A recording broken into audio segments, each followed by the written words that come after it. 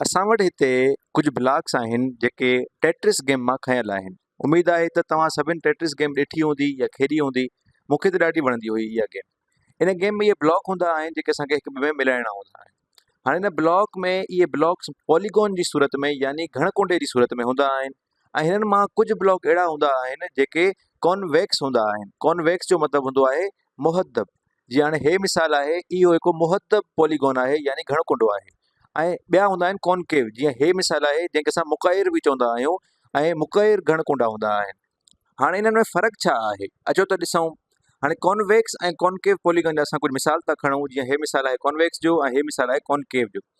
हाणे जेको convex polygon हूंदो आहे, मुहदब घणकुंडो हूंदो आहे, उन में जेके बि कुंडूं हूंदियूं आहिनि, जीअं हे हिन जूं ॿ कुंडूं आहिनि, इहे ॿाहिरि जी तरफ़ निकितल हूंदियूं आहिनि। यानी अगरि असां इन्हनि खां तीर कढूं हिकिड़ो त उहो तीर ॿाहिरि जी तरफ़ वेंदो, छाकाणि त इहे ॿाहिरि जी तरफ़ वेंदियूं पियूं हूंदियूं आहिनि।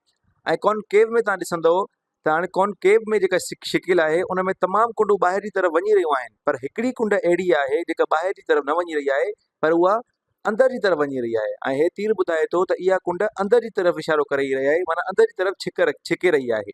ऐं अहिड़े क़िस्म जी शिकिल कॉनकेव हूंदी आहे। असां कुझु ॿिया मिसाल था खणूं त हाणे हे असां ॿ मिसाल ॿिया था खणूं, जंहिंमें हिकिड़ो हे त्रिकुंडो आहे ऐं हिकिड़ो हे असां वटि तीर नुमा शिकिल आहे। अच्छा, हाणे जेके कॉनकेव ऐं कॉन्वेक्स जे विच में जेको फ़र्क़ु हूंदो आहे, उहो फ़र्क़ु असां परखींदा आहियूं या जाचींदा आहियूं सम ऑफ इंटीरियर एंगल्स जे ज़रिए।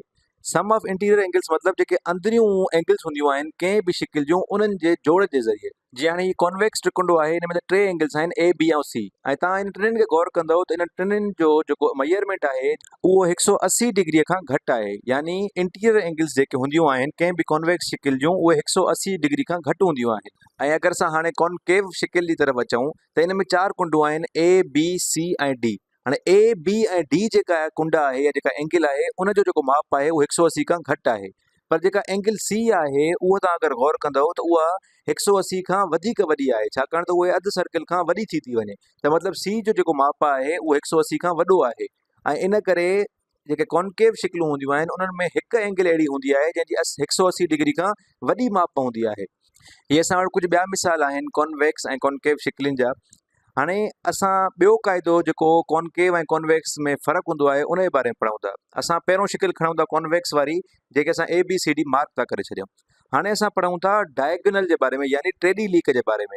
डायगोनल मतिलबु जेका वेझी कुंड हूंदी आहे उनखे छॾे बकाई कुंडनि सां मिलाइण। जीअं हिते A ऐं C मिलंदियूं ऐं B ऐं D मिलंदियूं, ऐं साॻे तरीक़े सां हेठी शिकिल में बि मिलंदियूं। त जेके कॉन्वेक्स शिकिलूं हूंदियूं आहिनि उन्हनि में डायगोनल शिकिल जे अंदरि मौजूदु हूंदा आहिनि ऐं शिकिल खां ॿाहिरि न वेंदा आहिनि। पर कॉनकेव शिकिल में डायगोनल ॿाहिरि हलियो वेंदो आहे। अगरि असां इन्हनि पॉइंटनि खे पाण में या कुंडुनि खे पाण में ॻंढियूं त हीअ तव्हां ॾिसंदव त इहो डायगोनल शिकिल खां ॿाहिरि हलियो थो वञे।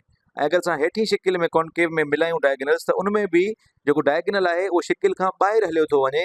त इन जो मतिलबु इहो आहे त जेका कॉनकेव शिकिल हूंदी आहे उन में डायगोनल पॉलीगॉन खां ॿाहिरि हूंदो आहे, पॉलीगॉन में अंदरि न हूंदो आहे। ऐं इहे कुझु फ़र्क़ु आहिनि जेके असांखे ॿुधाईंदा आहिनि त कहिड़ी शिकिल कॉनकेव आहे ऐं कहिड़ी कॉन्वेक्स आहे।